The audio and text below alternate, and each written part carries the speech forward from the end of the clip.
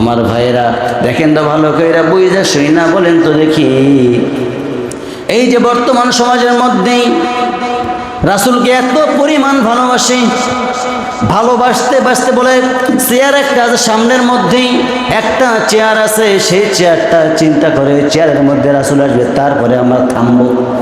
এমন ভালোবাসা মানে এই এলাকার মধ্যে নাই? আছে আছে আছে। আমার ভাইয়েরা, আমার বন্ধুগণ, আমার এই যে এই ভালোবাসা দিয়ে কোনো কাম হবে না।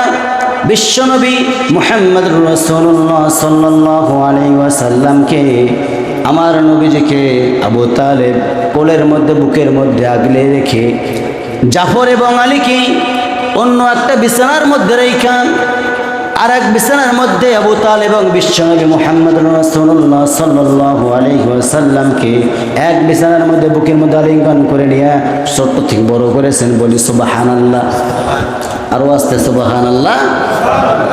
আমার ভাইরা, তাহলে এখান থেকে বোঝা যায় বিশ্ব নবীকে আবু তালেব এত পরিমাণ ভালোবেসেছিল যে এত পরিমাণ ভালোবাসার পরেও আবু তালেব কিন্তু জাহান্নামে চলে গেছে। শুধু ভালোবাসলে হবে না, অনুসরণ করা লাগবে কি লাগবে না? আরো জোরে বলেন, লাগবে। লাকাদ কানা লাকুম ফি রাসূলিল্লাহি উসওয়াতুন হাসানা।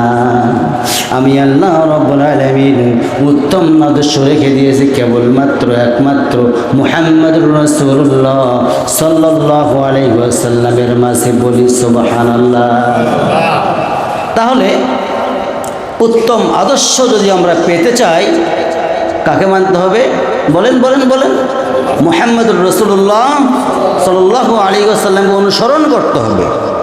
লাকাদ কানা লাকুম ফি রাসূলিল্লাহি উসওয়া হাসানা, উত্তম আদর্শ, উত্তম একমাত্র আদর্শ রেখে দিয়েছি মুহাম্মদুর রাসূলুল্লাহ সাল্লাল্লাহু আলাইহি ওয়াসাল্লামের মাঝে।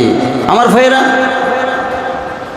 আদম আলাইহিস সালাম থেকে শুরু করে নিয়ে ঈসা আলাইহিস সালাম পর্যন্ত যতগুলো নবী রাসূল এসেছিল দুনিয়াতে, সমস্ত নবী রাসূলদের মৌজাদা তাদের মৃত্যুর মধ্য দিয়েই শেষ হয়ে গেছে।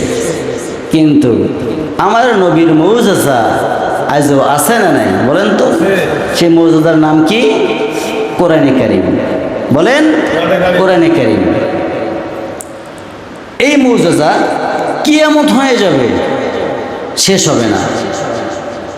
আদম আলাইহিস সালাম চলে গেছেন, তার মৌজাদা নিয়ে তিনি চলে গেছেন। ইব্রাহিম আলাইহিস সালাম চলে গেছেন, তার মৌজাদা নিয়ে তিনি চলে গেছেন।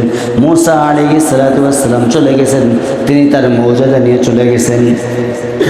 ঈসা আলাইহিস সালাম শুধু কবরের মাঝে দাঁড়াইতেন, কুম বিইযনিল্লাহ, হে কবরবাসী দাঁড়িয়ে যাও, কবরবাসী দাঁড়িয়ে যাও। এই কথা বলার সঙ্গে সঙ্গে কবরবাসী দাঁড়িয়ে তার সঙ্গে কথা বলতেন। তার মৃত্যুর মধ্য দিয়ে তার মৌজুদাটাও দুনিয়া থেকে শেষ হয়ে গেছে। কিন্তু আমার নবীজি এমন নবী, আমাদের মাঝে এমন আল্লাহ রাব্বুল আলামিন তা আমাদেরকে এমন একজন মানুষ দুনিয়ার মধ্যে পাঠাইলেন, তার কোনো মৌজুদার শেষ নাই। সুবহানাল্লাহ। আমার ভাইয়েরা, আমার বন্ধুগণ, আমার ইসলাম কবুল করা তো সস্তা নয়। ইসলাম মানা এত সস্তা নয়। আমরা কিন্তু নামে মুসলমান, কামে মুসরিয়ান, ঠিক কিনা? নামে মুসলমান, কামে মুসরিয়ান। কেন বললাম? আল্লাহ তাআলা বলছেন, তোমরা সত্যিকারের মুসলমান না হয়ে মৃত্যুবরণ করো না অথবা কবরে আসিও না। কথাটা কি মোল্লার না আল্লাহর? জোরে বলেন, রাগ করতেছেন?